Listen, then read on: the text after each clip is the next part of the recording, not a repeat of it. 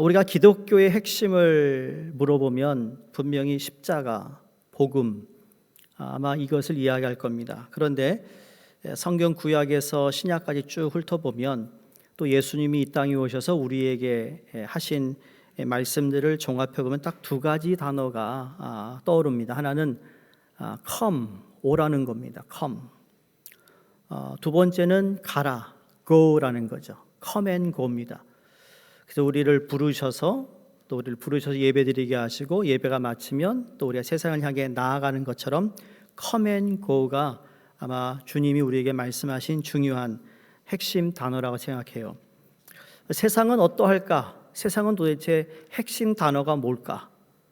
생각해 보니까 비슷한 게 있어요. go. 근데 그 다음에 스톱입니다. 고스톱입니다. 가긴 가야 되는데 스톱할 때가 많아요. 가긴 가는데 우리가 정지되어 있고 정체되어 있고 움직이지 않을 때가 있다라는 거죠. 그 말은 우리는 뭔가를 이루면 그렇죠? 안주한다는 거예요.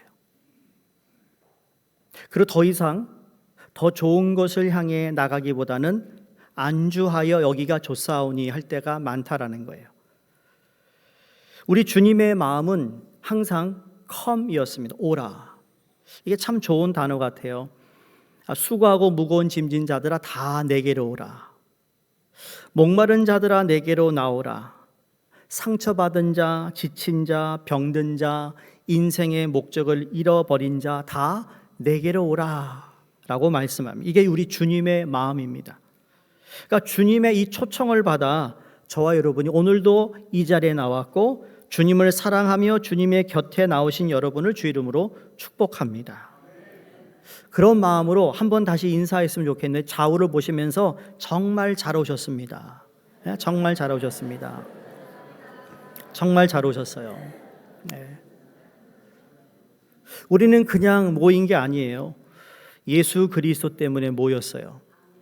그분이 우리를 위해 죽으시고 부활하셨기 때문에 온 거거든요. 그래서 이 자리에 우리 주님이 함께 하셔서 우리의 아픈 상처를 만져주시고 우리를 만나주시기를 간절히 바라고, 여러분 마음이 상해서 답답하거나 지쳐있거나 내가 앞으로 어떻게 살아야 할까라는 어떤 삶의 한복판에서 우리 주님이 우리를 만나주시고 은혜를 주시는 이 예배가 되기를 간절히 소원합니다. 그게 주님이 우리에게 오라 하신 말씀이라면 다음은 가라는 거예요. go인데 어디로 가라는 거죠? 너희는 가서 모든 족속으로 제자를 삼아 이스라엘과 온 유대와 사마리아와 땅끝까지 이르러 내 증인이 되라 하셔 그래서 여기 가라라고 하셨습니다. 그러니까 우리는 이 예배를 마치고 나아가는 우리의 발걸음은 하나님의 은혜로 내가 주어진 삶에서 이 복음을 전하는, 그렇다고 해서 복음을 들고 막 전하고 다니지 않다 할더라도 우리의 삶을 통해 예수 그리스도가 나와 함께 하고 있다라는 것을 전하는 삶이 되어야 된다는 거죠. 우리가 다 아는 거예요. 그러니까 예수 그리스도의 몸인 교회는 그래서 회복 공동체라는 거죠. 아픈 사람이 오면 회복되고 상처받은 사람이 오면 회복되고, 이 아픔이라는 것이 우리의 마음도 아픔도 있지만 우리의 육신의 질병이 있는 분도 주님께 오면 주님께서 우리 주시는 평강이 있다라는 거예요. 그래서 우리 교회가 예배를 드릴 때마다 주님이 나를 만져주시고 주님이 나를 위로해 주시는 이러한 회복 공동체가 되기를 간절히 바랍니다. 이민사회 어디를 보더라도 우리의 세상의 어떤 클래스에 떠나서, 직책에 떠나서, 지위에 떠나서 우리 모두가 주님 안에서 평등하게 형제 자매로 불리는 곳은 여러분 솔직히 교회밖에 없어요. 세상 모임은요, 돈 있는 사람이 떵떵거리고요, 목소리 큰 사람이 떵떵거리고, 그리고 그 사람들이 다 알아서 해요. 소위 세상 말로 해먹어요. 근데 교회는 해먹는 사람 없는 거예요.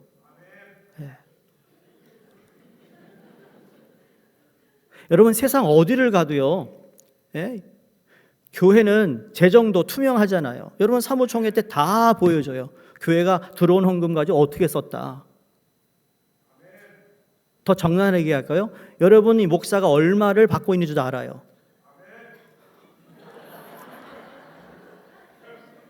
그런데 나는 여러분이 얼마를 버는지 몰라요.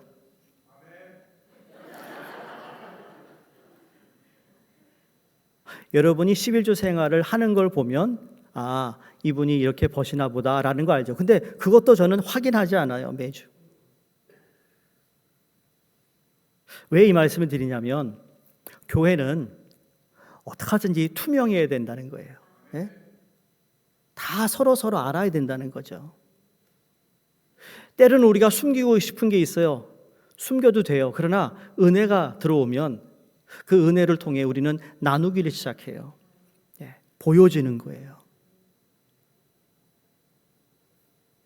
그러한 하나님의 사람들이 세상을 향해 나아갈 때 세상 사람들이 야, 뭔가 다르다. 정말 교회를 다니는 사람이 다르긴 다르구나 라는 것을 느낄 때 내 안에 계신 예수 그리스도가 증거되는 것이거든요. 성도님들, 교회는 얼마나 모였느냐가 중요한 게 아니고요, 얼마나 가느냐에 있어요. 다시 말해서 교회는 seating capacity가 아니라 sending capacity로 이야기해야 된다는 거죠. 예배 드려서 은혜 받은 거 좋아요. 근데 은혜 받은 우리가 세상을 향해 얼마나 나아가서 그 은혜 받은 삶을 살아가느냐가 중요한 거라고 생각해요. 그래서 sending out이 중요한 거예요. 우리는 예배 마치고 여러분 세상을 향해 다시 여러분을 내보내는 거예요. To be the witness of Christ. 예수 그리스도의 증인이 되라고 나아가는 거예요. 우리가 여기 사는 모든 예배와 은혜는 그 은혜를 세상에 나아가 증거하며 살아가기 위함이라는 겁니다.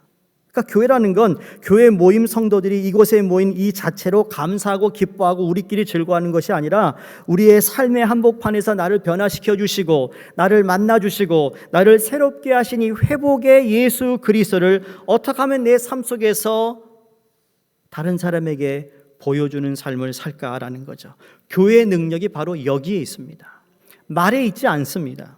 이 자리가 가득하여 앉을 자리가 없는 것 너무너무 중요하죠. 부흥한데 얘기하는데, 그런데 여러분 그것 때문에 사탄이 그것 때문에 떨지 않습니다.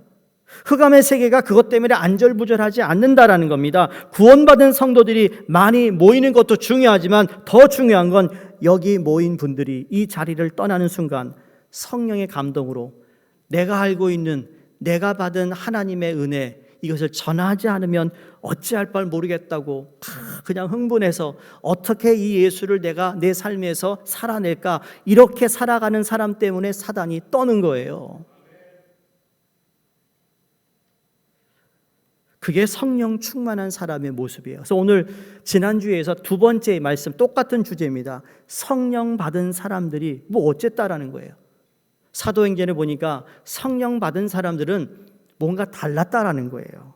오늘 4절 우리 다시 한번 보시면 성령이 말하게 하심을 따라 말하기 시작했다고 4절에 말씀하시면서 사도 바울도 로마서 8장 9절에 이렇게 말합니다. 만일 너희 속에 하나님의 영이 거하시면 너희가 육신에 있지 아니하고 영에 있나니 누구든지 그리스도의 영이 없으면 그리스도의 사람이 아니라. 그러니까 우리는 육체를 가지고 있고 또 육체를 지배하는 정신이 있어요. 아무리 육체와 정신이 있다 해도 그 속에 하나님의 영이 없으면 우리는 하나님의 사람이 아닐 수도 있다라는 얘기를 하고 있어요, 사도 바울이. 우리 안에 어떤 영이 흐르고 있느냐에 따라서 내가 누구인지 결정되어진다는 거죠. 아무리 우리가 성경을 많이 알아도, 아무리 오래 교회를 다녔다 할지라도 내 안에 그리스도의 영이 흘러야 된다는 거죠. 이게 중요한 것이고 이것이 하나님이 가지고 있는 관점이에요. 만약 그렇지 않다면 나는 그냥 허수아비에 불과한 겁니다. 성령의 지배를 받고 성령의 통참을 받는 자만이 진정한 성령의 사람이라 말할 수 있습니다. 그렇다면 성령의 지배를 받는다는 건 무슨 뜻인가? 간단합니다. 성령께서 생각하신 대로 생각하고 성령께서 말씀하신 대로 내가 말하고 성령께서 나를 움직이고 인도하시는 대로 내가 따라가는 삶을 사는 사람이 여러분 바로 성령의 지배, 성령의 충만함을 이야기하는 거예요.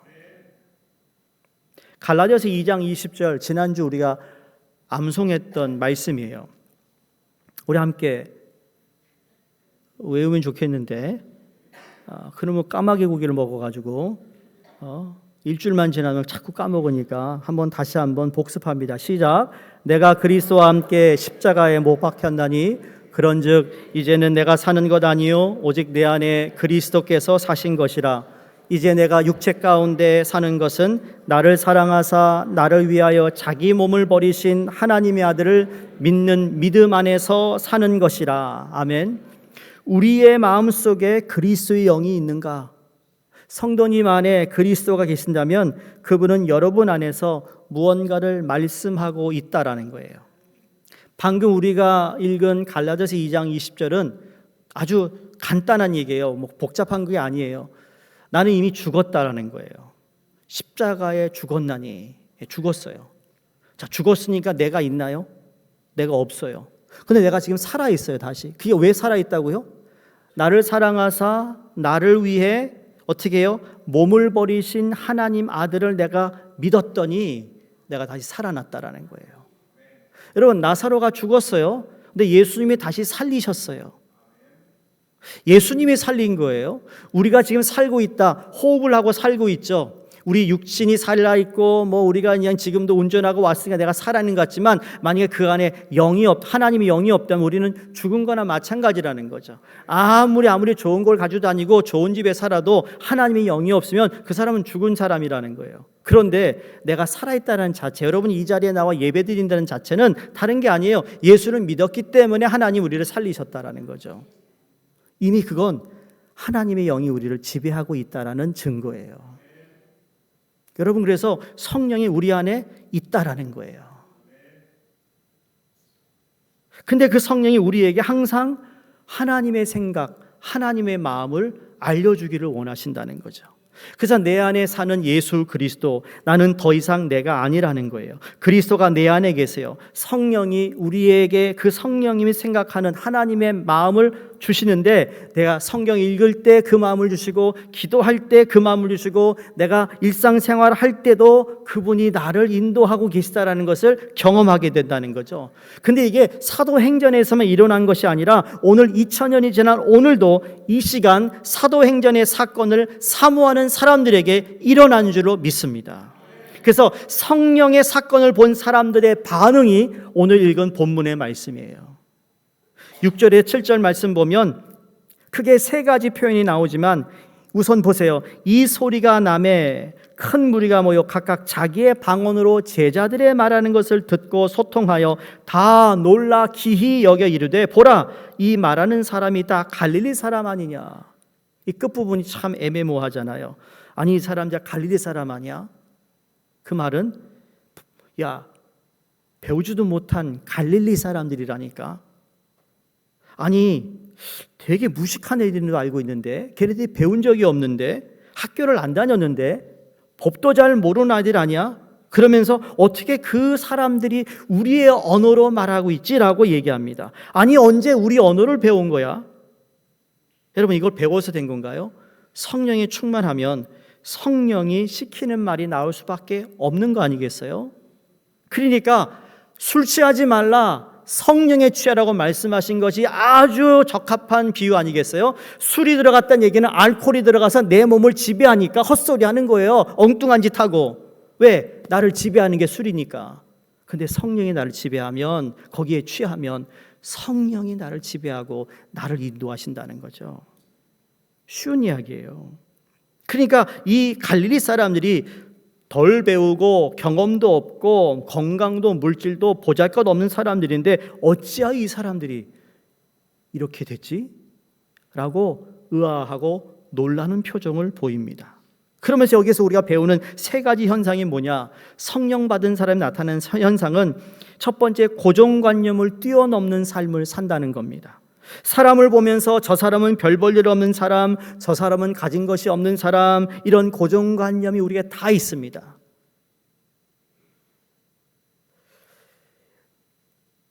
제가 장로님들하고 얘기하면서 그랬어요.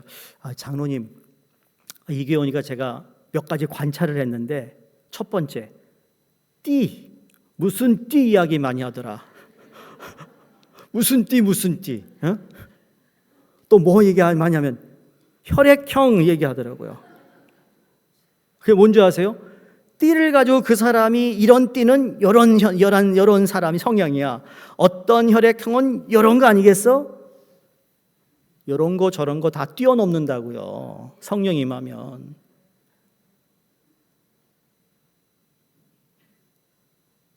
성도님들, 고정관념을 뛰어넘을 수 있어야 돼요. 근데 나는 못해요. 성령이 충만해야 뛰어넘어요. 그 사람이 가지고 있는 고정관념까지도 뛰어넘는 인생을 살게 되고, 성령 충만하면 지역과 나라를 초월하는 인생을 살게 되는 줄로 믿습니다. 그러니까 조건을 초월하는 삶을 사는 거예요. 여러분 오해하지 마세요. 초월한다고 그러니까 상식 없는 사람이 아닙니다. 우리는 보편적으로 다 믿는 사람들은 상식적이어야 돼요. 그런데 상식을 뛰어넘는 하나님이 일을 하는데 그것도 알아차릴 수 있어요. 왜? 성령이 하는 일이기 때문에. 엉뚱한 짓 하는 게 아니에요. 성령 충만하면 우리는 간혹 오해합니다. 그 엉뚱한 잘못된 사람들의 모습 때문에 우리가 그러는데 성경은 그걸 가르치지 않아요. 성령 받으면 다 방언하고 시끄러워야 되냐고요. 아니요. 성령이 조용한 가운데서도 우리에게 임하시는 분이에요. 근데 별 볼 일 없는 사람이라 생각했는데, 별 볼 일 없는 교회라고 생각했는데 세상이 깜짝 놀랍니다. 제가 지난 우리 슈박스, 사랑의 슈박스 때 깜짝 놀랐어요. 저와 저 집사람이 슈박스 해봤자 뭐 처음 하는 거니까 교회가 많아야 한 100개 되겠다. 근데 우리 500개를 넘겼어요. 그런데 이게 그냥 보편적인 일이 아니에요. 스태튼 아일랜드에 있는 사랑의 슈박스를 10년 이상 했던 이 사람들이 깜짝 놀랐어요. 저 아덴의 333 아덴 애비뉴에 저 한국 교회가 해가지고 자기네 기록을 세웠다라는 거예요. 깜짝 놀랄 날이에요. 아무것도 아닌 것 같은데 깜짝 놀래요. 그래서 속으로 너희들 깜짝 놀랄 일이 앞으로 많을 거다. 이게 처음인 줄 알아? 이제 시작이다. 이제 발동 걸린 거야. 여러분 진심입니다. 할 수 있습니다. 그게 성령이 임할 때 임하는 거예요. 이 뉴욕에 얼마나 많은 교회들이 있을까? 한인교회 말고도요. 근데 그 많은 교회들 가운데 특히 여러분 이 아덴에비니 교회가 성령 충만하니까 교회가 세상을 뒤집어 놓는 일들을 하더라는 거죠. 할 수 있다고 믿습니다. 우리는 못하지만 하나님의 능력으로 할 수 있다. 두 번째 현상은 뭔가 하면 사고의 틀을 뛰어넘는 삶을 살았어요. 패러다임이 완전히 바뀝니다. 나는 할 수 없다고 생각했던 것, 내가 어떻게 그 일을 할 수 있겠느냐고 주저앉았을 때 성령 충만하니까 내가 가지고 있던 틀을 뛰어넘습니다. 그래서 가치관이 변해요. 행동이 변해요. 생각이 변하기 시작하는 거예요. 제일 먼저 내 입술에서 나오는 언어가 변하기 시작하는 거죠. 어제까지만 하더라도 내 입에서 나오는 말이 사람의 마음에 상처를 주는 말이었고, 아프게 하는 말이었고, 헐뜯는 말이었고, 불평하는 말이었는데 성령이 임함으로 말미암아 내가 입을 여는 순간 내 언어가 바뀌는 거예요. 사랑하는 성도인 우리 뉴욕교회 성도님들, 여러분의 언어가 변하기를 주 이름으로 축원드립니다. 그래서 깜짝 놀란 겁니다. 9절에서 13절까지 보시면 이 민족들이 나오잖아요. 어느 민족, 어느 나라 사람 나오는 이게 다 15개인데 이 15개 다른 나라는 뭐냐면 상징적 전 세계 그 당시의 민족과 언어를 대표하고 있는 문구예요. 그러니까 성령의 역사는 그냥 개인에게만 국한 것이 아니라 이 개인을 뛰어넘어 우리에게 임한 공동체, 우리 공동체의 벽을 뛰어넘어 이 사회 또 그 민족에게 그 세계를 우리가 품는 일을 한다는 거지. 그래서 성령 충만한 자들이 예루살렘과 온 유대와 사마리아 땅끝까지 내 증인이 되라 하신 말씀이 바로 열방을 향한 하나님의 우리 주님의 마음이라는 거예요. 그러니까 성령 충만하면 여러분 우리의 사고의 틀을 뛰어넘는 겁니다. 마지막으로 이렇게 되었던 사도행전의 교회는 하나가 되는 삶을 살았어요. 하나가 되었어요. 교회가 하나가 되어야 한다는 것은 어떤 액티비티를 통해서 이루어지는 것이 아닙니다. 물론 그런 액티비티를 통하여 우리가 하나 되는 것을 볼 수는 있습니다. 그래서 성경적으로 보면 순번을 정한다면 우리는 예수 그리스도를 통하여 이미 하나가 됐어요. 거기서 시작이에요, 성도님들. 우리가 열심히 모여서 하나가 되는 게 아니라고, 이미 하나가 된 것을 에베소서에 보면 너희가 하나 된 것을 힘써 지키라고 하신 말씀이 중요한 거거든요. 이미 나를 통하여 너희는 하나가 됐어. 뉴욕교회 성도들 너 하나야. 이제 하나가 된 걸 너희들이 힘써 지켜야 돼. 이걸 말씀하는 거예요. 그 지키기 위해서 우리가 구역 모임, 목장 모임도 하는 거고, 또 우리가 구역 축제도 하는 것이고, 우리가 식사도 같이 하는 거고, 여러 가지를 우리가 하는 것이죠. 그것 때문에 하나가 되는 게 아니고 이미 하나가 된 것을 지켜나가는 거예요. 민족과 민족이, 나라와 나라가 분단된 우리 조국 남북이 하나가 되는 역사, 성령의 충만함이라는 사실을 우리가 믿어야 된다는 거죠. 이게 바로 뭐예요? 내 틀을 뛰어넘는 거예요. 우리 생각으로는 안 돼요. 경제적으로, 정치적으로, 외교적으로 밤낮 얘기해도 안 되는 거예요.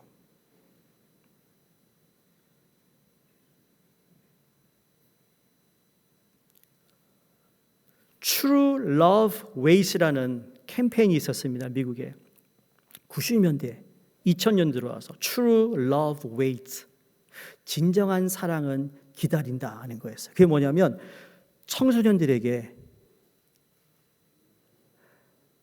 얼마나 호기심이 많아요. 여자아이들이 청소년인데 임신하는 일들이 많아졌어요, 미국에. 그래서 진정으로 네가 누구를 사랑한다면 성관계하지 않고 끝까지 지키는 거라 했어요. 그 한 사람 위해 그 캠페인이 있었다고요. 뉴욕 퍼블릭 스쿨도 여러분 뭐라고 그러죠? 안전한 성관계 하라고 그러잖아요.